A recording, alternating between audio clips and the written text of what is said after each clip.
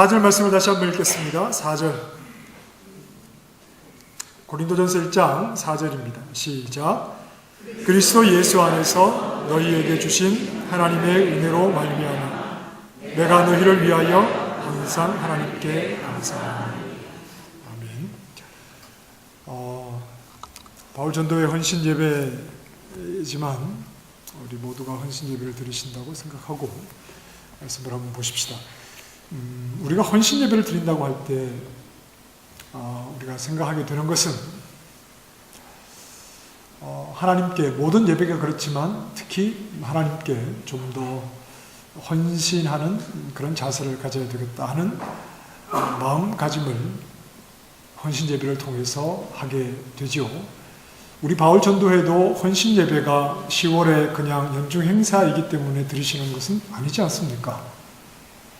헌신 예배가 있는데 많은 분들이 가셨다니까 굉장히 좀 실망스럽기도 한데, 그냥 연중 행사로 하는 헌신 예배는 드릴 필요가 없겠지요.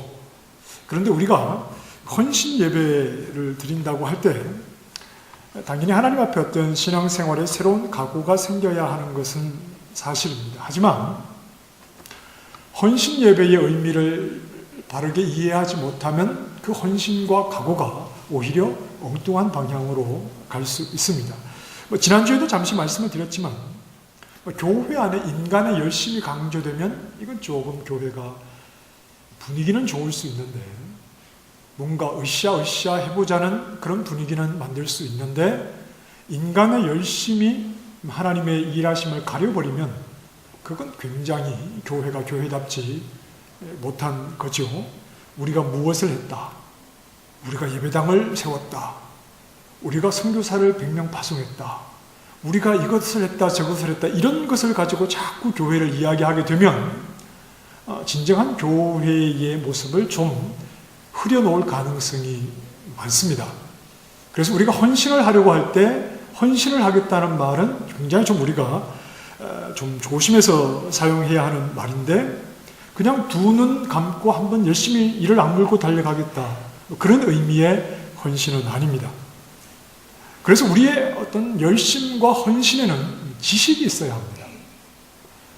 어떤 지식이냐 하면 무엇에 열심을 내고 어떤 일에 헌신을 해야 하는지에 대한 분명한 그 방향을 잡는 지식이죠. 분별하는 지식입니다. 우리의 열심은 항상 뒤따르는 열심입니다. 말의 표현이 좀 이상할 수 있는데, 우리가 열심을 내는 이유는 남들보다 앞서기 위해서 열심을 내지 않겠습니까? 그러나 우리가 내는 열심은 뒤따르는 열심입니다. 무엇을 뒤따르는 열심이냐 하면, 따라서 합시다. 하나님의 열심. 하나님의 열심을 뒤따르는 열심일 뿐이지, 우리의 열심이 하나님의 일을 가릴 만큼, 그리고 교회의 중심이 될 만큼 우리의 열심은 그런 자리에 서는 것이 아니죠. 우리의 열심이라고 하는 것은 하나님의 열심을 인정하는 열심, 하나님의 열심을 인정하는 열심이 우리의 열심일 뿐이다. 그러니 우리가 내는 열심은 뒤따르는 열심이 되는 겁니다. 열심히 신앙생활을 하려면 하나님이 하신 일이 무엇인가를 먼저 생각을 해야 합니다. 하나님 그분의 열심히 만들어낸 일이 무엇인지를 우리가 먼저 생각을 한 뒤에, 그 다음에 우리는 정말 하나님 기뻐하시는 열심의 신앙생활을 할 수 있고 또 헌신의 삶을 살아갈 수가 있는 겁니다. 그러니 우리의 헌신과 열심이란 하나님을 드러내는 쪽으로 갈 뿐이죠. 하나님이 드러내는 쪽으로 갈 뿐이지, 헌신과 열심을 내는 내가 중심이 되는 것은 올바른 교회의 모습은 아닙니다. 오늘 우리가 고린도전서 말씀을 읽었습니다. 잠깐 고린도의 특징을 좀 생각을 해보자면, 고린도는 고대 그리스의 좀 굉장히 주요한 그런 도시였습니다. 규모 면에서도 그렇고 어떤 정치적으로나 또 경제적으로나, 그리고 어떤 그들의 신앙, 우상을 섬기는 일에서도 굉장히 좀 중심을 차지하는 그런 도시였습니다. 그런데 이제 BC 140년경에 로마에 의해서 도시가 파괴되면서 이제 완전히 도시가 기능을 발휘하지 못하게 되었습니다. 파괴된 이후에 한 1세기 정도 시간이 지난 뒤에 줄리어스 시저가 이 고린도 지역이 해상으로도 그리고 육로로도 굉장히 좀 중요한 위치라는 것을 알고 이 고린도의 재건을 명합니다. 그래서 고린도가 다시 이제 회복이 어떤 도시의 기능을 찾아가게 되는데 새롭게 건설된 이 고린도는 로마 행정구역상 아가야라고 하는 지역의 수도의 역할을 하게 됩니다. 점점 옛 명성을 회복한 고린도는 정치적으로도 그렇고 상업적으로도 아주 거대한 도시가 되었습니다. 많은 나라 사람들이 이곳에 또 모이게 되었고 무엇보다도 성적 쾌락을 즐기는 그런 장소가 되어버렸습니다. 고린도 사람을 가리키는 고린티안이라는 말의 뜻에는 영어 사전을 찾아보시면 방탕한 이런 말이 있죠. 그만큼 고린도라고 했을 때 사람들이 떠올리는 것은 굉장히 성적으로 방탕한 도시였다. 그것은 어떤 여신을 섬기는 신전이 있었고 그 신전과 관련된 여성 창기들이 많았고 그러다 보니까 그 신전을 섬기는 그 의식들 가운데 이런 무분별한 성적인 관계가 만연하다 보니까 고린도는 굉장히 성적으로도 타락한 도시가 되고 말았습니다. 자, 이곳에 유대인들이 있었는데요. 유대인들의 일부는 돈을 벌기 위해 상업적으로 큰 도시였기 때문에 돈을 벌기 위해서 유대인들이 몰려오기도 했겠지만 AD 45년경에 글라우디오 황제가 반유대 정책을 써서 로마라든지 이탈리아에 있는 유대인들을 다 추방시켜버립니다. 추방된 사람들이 모인 곳이 바로 이 고린도. 그래서 그 반유대 정책으로 한 2만 5천 명의 유대인들이 모이면서 자연스럽게 또 돈을 벌기 위해서 온 사람들도 있었고 그러면서 자연히 유대인 회당도 이곳에는 생겨나게 되었겠죠. 그래서 사도 바울이 2차 전도 여행 중에 고린도를 방문하게 되는데 그곳에 1년 6개월을 머물면서 이제 복음을 전하게 됩니다. 사도행전 18장에 보면 그 내용이 좀 자세하게 나와 있습니다. 바울은 유대인 회당에 들어가서 복음을 전하죠. 유대인 회당에 들어가서 바울이 전한 복음은 다른 것이 아니라 예수가 바로 메시아였다는 겁니다. 유대 땅에서 죽은 십자가에 달려 죽은 그 예수가 그리스도였다 하는 말씀을 전합니다. 그 말씀을 들은 유대인들이 당연히 환영할 리가 없죠. 그래서 바울을 박해하고 바울을 거부하고 바울을 내쫓고 모독을 하죠. 그러자 바울은 유대인과 작별을 고합니다. 그 자리에서 유대인과 작별을 고하고 이방인에게로 이제 사역을 집중하게 되는데 하지만 고린도에 있던 그도 유대인 회당, 이 회당장이었던 그리스도보라고 하는 사람이 있습니다. 이 그리스도보라고 하는 유대인 회당장은 아마 유대인 사회의 장로들 가운데 이제 한 사람씩 한 1년 정도의 임기로 그렇게 회당의 장의 역할을 맡았던 것 같은데 회당장의 역할은 회당을 관리하는 일뿐 아니라 회당 예배 때 말씀을 전할 사람을 선별하고 이런 모든 어떤 또 좀 더 유대인들이 하나님 백성답게 하나님 율법에 맞게 살지 못할 때 그들을 꾸중하기도 하고 굉장히 좀 영향력 있는 이런 인물이었습니다. 이 회당장 그리스도가 바울이 전한 복음을 듣고 바울을 따릅니다. 유대인들은 회당에 있던 유대인들은 바울을 거부하고 쫓아내지만 회당장 그리스도가 바울의 복음을 듣고 마음을 열면서 회당 바로 옆에 있던 그리스도의 집을 예배 처소로 제공을 하죠. 그래서 그곳에서 이제 고린도 교회가 시작이 됩니다. 사도행전 18장에 보면 고린도에서 유대인의 반대로 어려움을 당하는 바울에게 하나님께서 밤에 환상 중에 이런 말씀을 하시죠. 두려워하지 말며 침묵하지 말고 말하라. 내가 너와 함께 있음에 어떤 사람도 너를 대적하여 해롭게 할 자가 없을 것이니 이는 이 성중에 내 백성이 많음이라 그랬습니다. 하나님께서 구원하시기로 창세 전에 작정하신 영혼들이 고린도 성에 많았다는 겁니다. 이건 유대인들만을 가리키는 것이 아니라 이방인들이겠죠. 그 가운데 하나님께서 구원하시려고 하는 백성이, 하나님의 백성이 많다. 자, 그래서 바울이 이 큰 죄악의 도시였던 고린도에서 1년 반 동안 이제 복음을 전한 결과 사도행전 18장에 보면 수많은 고린도 사람도 듣고 믿어 세례를 받더라. 그리스도의 뒤를 이어서 수많은 고린도 사람들도, 이방 사람들도 세례를 받습니다. 하나님의 주권으로 선택된 수많은 고린도 사람들이 바울의 복음을 통해서 하나님의 백성이 되는 놀라운 역사가 일어나게 되었습니다. 그러나 그 후 이제 바울이 1년 6개월을 머문 뒤에 다시 고린도 지역을 떠난 후에 최소한 수년이 좀 지난 것 같습니다. 고린도 교회 안에는 여러 가지 문제들이 발생하기 시작했습니다. 바울이 떠난 뒤에 그 교회 안에는 많은 문제들이 발생하게 되었는데 교회 구성원들이 너무 이질적입니다. 배경이. 우리는 한국 사람들로 대부분 모이지 않았습니까? 물론 국적은 호주 국적도 계시지만 어떤 교회의 구성원들이 여러 지역에서 온 사람들이 고린도에 있다가 복음을 듣고 모이다 보니까 굉장히 그 구성 자체가 굉장히 이질적이었고, 그리고 고린도라고 하는 그 타락하고 이교도적인 그런 영향권에 있던 사람들이 교회로 모이게 되었죠. 고린도의 철학자들과도 접촉이 쉽고 그들의 영향을 받게 되었습니다. 그리고 유대인들이 하나님의 백성이라고 말하는, 자신들이 혈통적으로 하나님의 백성인데 복음 안에서 아브라함의 후손이라고 말하는 이 교회를 가만히 곱게 봤을 리는 없죠. 그리고 엉뚱한 말로 교회를 흔들기 시작했죠.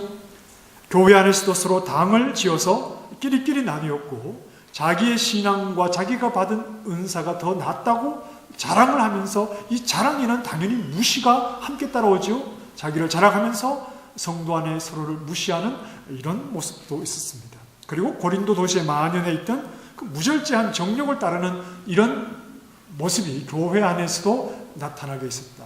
굉장히 복잡한 문제가 바울이 떠난 뒤에 고린도 교회에 일어나게 되었죠. 자, 이렇게 많은 연약함을 드러내고 있는 고린도 교회 성도들은 어떤 사람이었는가 하면, 하나님께서 그분의 주권대로, 그분의 주권을 따라서 바울을 통해 불러주신 하나님의 백성이었습니다. 하나님의 주권으로 바울을 통해서 바울이 입을 열어 복음을 전할 때 그 복음을 듣고 하나님께 나오게 하는 하나님의 백성이었습니다. 이 성중에 내 백성이 많음이라. 하지만 바울이 다시 고린도 교회에 대한 소식을 들었을 때 어디서부터 손을 대야 될지 모르는 그런 교회 안에 모든 문제가 총체적으로 혼란스러운 그런 문제에 빠져 있습니다. 하나님의 백성다운 모습을 찾아보기가 힘든 그런 상황이 되고 말았죠.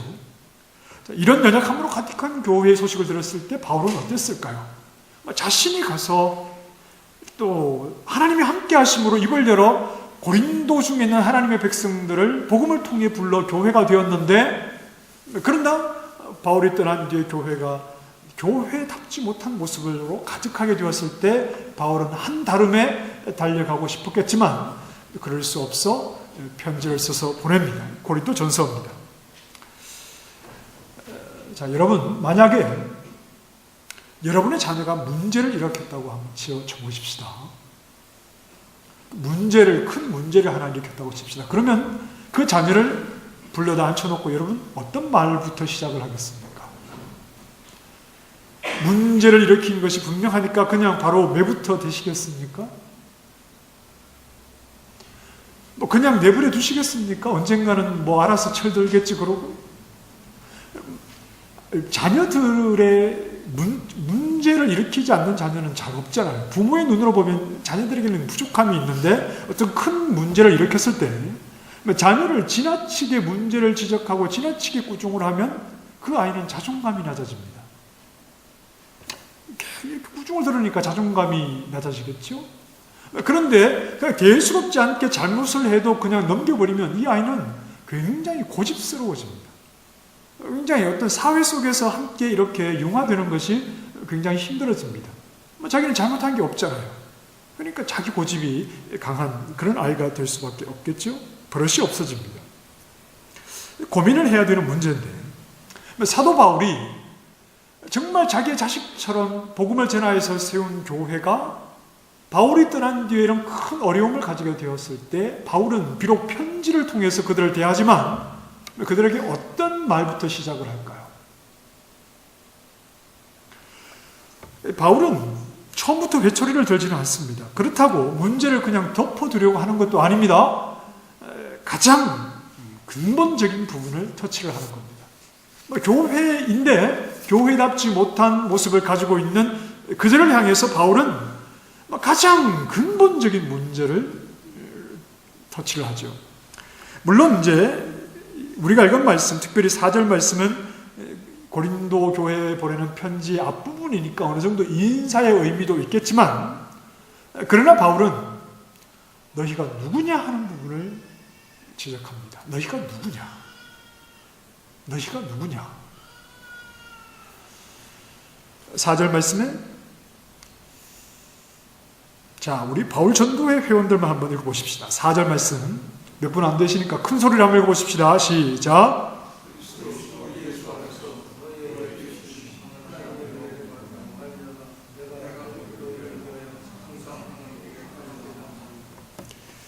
너희는 예수 그리스도 안에서 너희에게 주신 하나님의 은혜를 입은 자들이니까 나는 너희를 생각할 때마다 감사합니다. 예수님을 통해서 보이신 하나님의 은혜를 입은 자들입니다. 바울은 지금 너희가 누구냐라는 이 어떤 궁극적인 질문을 교회 앞에 던지면서 무엇에 집중하게 하느냐 하면 하나님의 은혜에 집중하게 하는 것이죠. 현재 고린도 교회 성도들의 모습이 어떠한가에 대해서 바울이 모를 리가 없죠. 다 알고 있죠. 그러나 바울은 그들이 연약한 행실, 그것에 지금 주목하자는 것이 아니라 회초리를 처음부터 들고 너희의 행실이 왜 이러냐고 따지자는 게 아니라 근본적으로 너희가 누구냐 하는 것을 어디에서 확인하자는 것이냐면 하나님의 은혜에서 너희가 누구냐 하는 것을 확인하자는 말이겠죠. 너희의 행실이 엉망이고 너희가 하나님 백성답지 못하다 하더라도, 너희가 가진 연약함이 아무리 크다 하더라도 너희는 하나님의 은혜를 제쳐두고 너희를 말할 수는 없다는 겁니다. 너희가 하나님의 백성답지 않다 하더라도 그것으로 너희를 말하는 것보다, 행실을 가지고 너희가 누구냐를 말하는 것보다 더 근본적인 것이 있는데, 그것은 바로 하나님의 은혜 속에서 너희가 누구냐 하는 것을 발견해야 된다는 말입니다.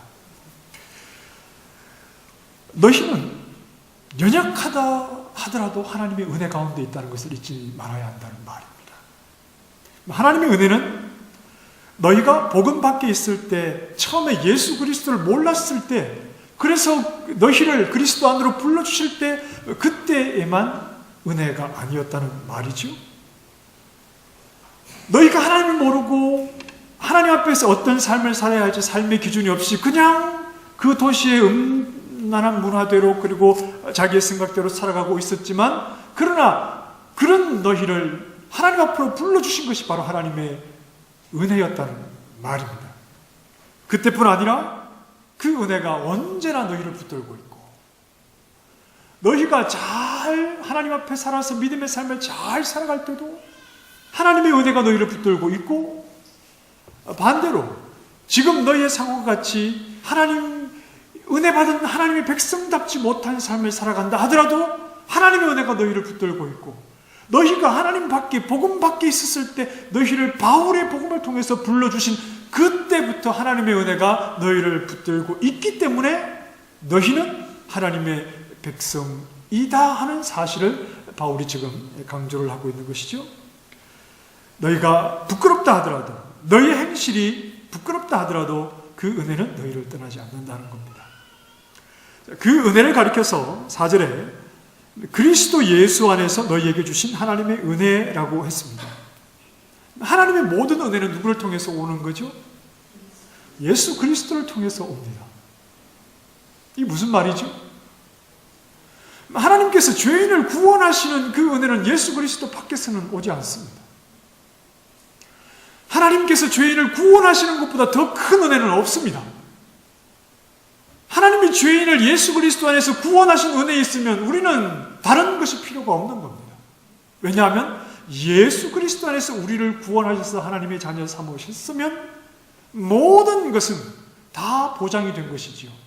어떠하다 하더라도요, 우리의 몸이 아프다 해도, 경제적으로 어렵다 해도, 내가 원하는 대로 삶의 환경이 열리지 않는다 해도 예수 그리스도 안에 있는 자들에게는 하나님의 십자가, 예수 그리스도 십자가 대속 은혜를 통해서 하나님의 자녀가 우리에게는 다른 은혜를 찾아서 떠나갈 필요가 없는 겁니다. 우리를 예수 안에서 구원하셔서 하나님의 자녀 삼으셨다면 우리는 세상에서 문제가 없어도 하나님의 은혜요, 세상을 살아가면서 문제가 있어도 하나님의 은혜요, 몸이 아파도 하나님의 은혜요, 몸이 건강해도 하나님의 은혜요, 내 뜻대로 되어도 하나님의 은혜요, 그렇지 않아도 하나님의 은혜요. 우리는 예수 그리스도 안에서 하나님의 자녀 삼으셔서 우리의 아버지가 되어서 우리의 육신과 영혼의 모든 것을 책임지시는 그 하나님 안에서 다른 은혜를 찾아 나아갈 필요가 없는 자들이죠. 예수 그리스도 안에서만 하나님의 은혜가 있을 뿐이죠. 그 구원의 은혜가 우리에게 주어졌습니다. 그리스도의 십자가 사건은 역사적으로 돌이킬 수 없는 분명한 사실입니다. 없던 일로 하자 이렇게 되지 않는 겁니다. 마찬가지로 창세전에 뜻하신 하나님의 주권에 따라 예수 그리스도 안에서 은혜를 입은 고린도 교회는 비록 그들의 모습이 실망스럽다 하더라도 하나님의 은혜가 그들을 붙잡고 있는 한, 죄악 가운데 하나님을 알지 못했을 때 이방으로 살아갈 때 그때도 그들을 불러주신 그 하나님의 은혜가 그들을 붙잡고 있는 한 그들은 염려할 필요가 없는 것이지요. 무엇이 중요하냐 하면 내 삶이 어긋났을 때 삶을 돌이킨다고 문제가 해결되는 것이 아닙니다. 내가 삶이 어긋났을 때 삶을 돌이킨다고 문제가 해결되는 것이 아니라 근본적인 회복은 내가 돌이켰음에도 불구하고 그 자리 또한 하나님의 은혜 안에 있다는 사실을 고백하고 하나님 앞에 돌아오는 것이 중요하지요. 하나님의 은혜를 바르게 할 때 관계가 회복되는 것이지, 내가 단지 삶을 돌이켰다고 해서 그렇게 관계가 회복되는 것은 아닙니다.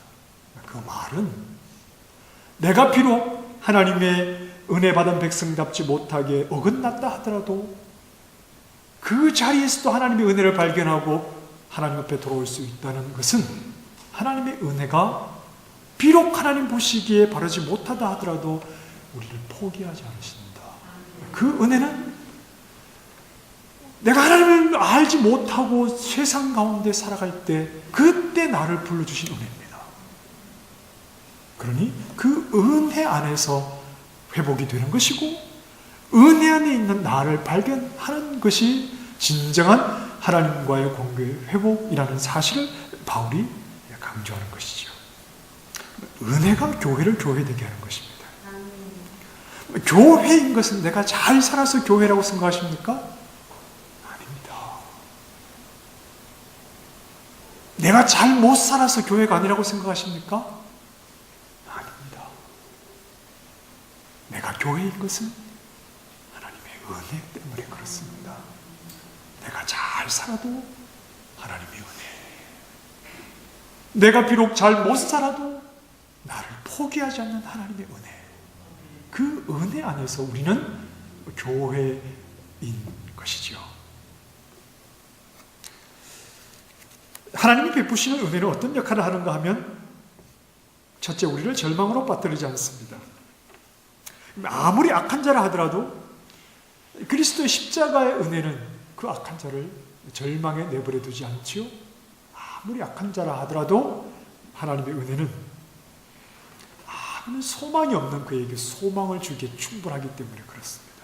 그러니 절망 중에 있는 영혼이 회복되는 것은 내가 다짐하고 내가 노력을 해서 회복되는 것이 아니라 그 자리에까지 부어주시는 하나님의 은혜를 깨닫기 때문이죠.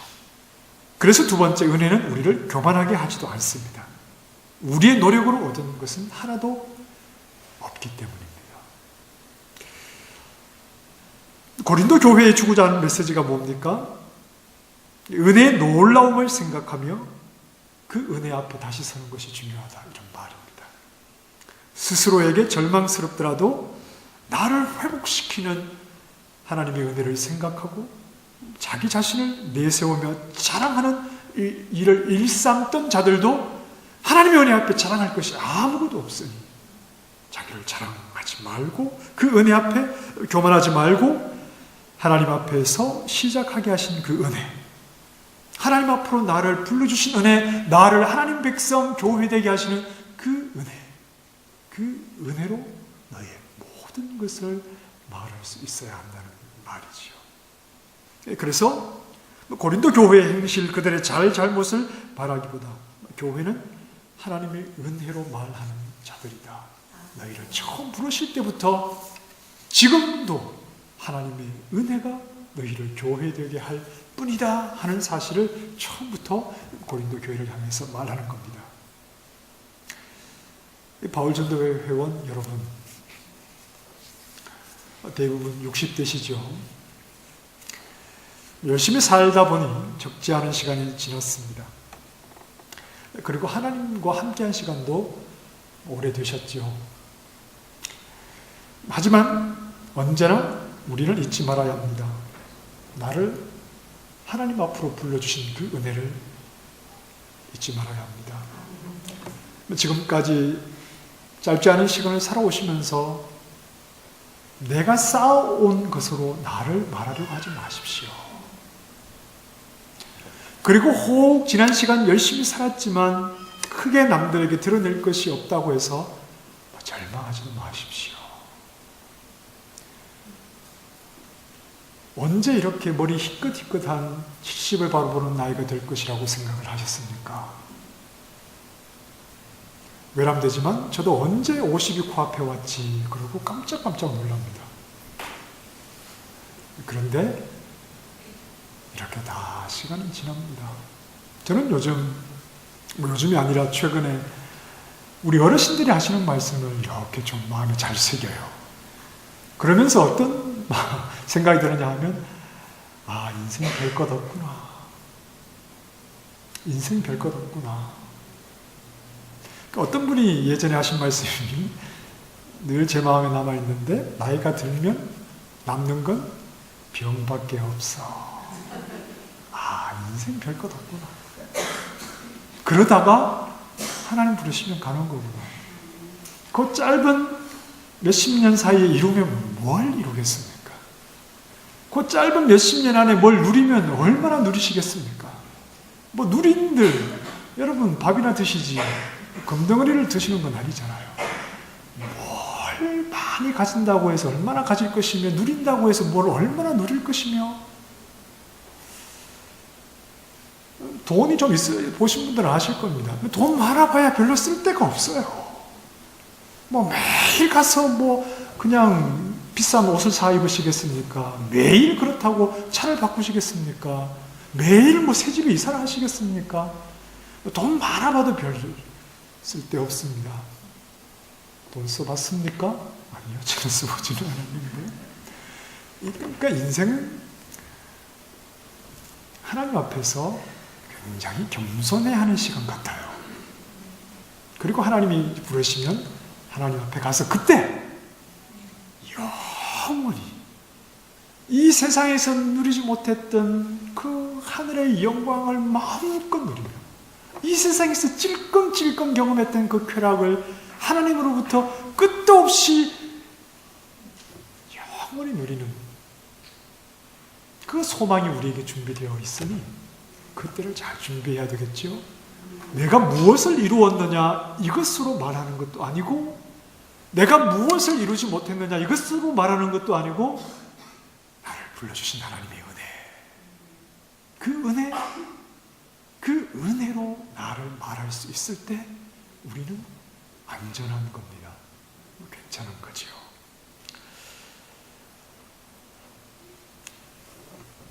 혹 여러분, 특별히 바울전도회 회원 여러분, 스스로 부족함을 발견하신다면 그 놀라운 은혜로 덮으시기 바랍니다. 하나님이 덮어주시는 그 놀라운 은혜로 하나님 앞에 나오시고, 혹 스스로에게서 좀 교만한 마음이 있다면 그 은혜 앞에 나를 겸손하게 내려놓으시고, 낮다고 생각하는 분도 높다고 생각하는 분도 그냥 하나님의 은혜 가운데 평준화되시기 바랍니다. 그 은혜로만 모든 것을 말씀하실 수 있기를 바랍니다. 오늘 2018년 헌신 예배를 드리면서 그리스도 예수 안에서 나에게 주신 그 은혜를 다시 한번 생각하시기를 바랍니다. 내 모습이 어떠하든지 나를 하나님의 자녀, 하나님 백성 삼아주시는 그 크신 은혜, 그 은혜 안에만 머물며 그 은혜로만 나를 말하리라. 이런 분명한 고백을 하실 수 있기를 바랍니다. 하나님의 은혜를 소중히 여기고 하나님의 은혜를 나의 전부로 여기고 그리스도 예수를 예수의 은혜로 나를 하나님 백성 삼으신 하나님의 일하심을 늘 자랑하는 그 일에, 하나님이 이루신 그 일에, 그 일을 자랑하고 하나님을 자랑하는 일에 헌신하는 믿음의 종들이 되시기를 주님의 이름으로 축원합니다. 기도하십시다. 하나님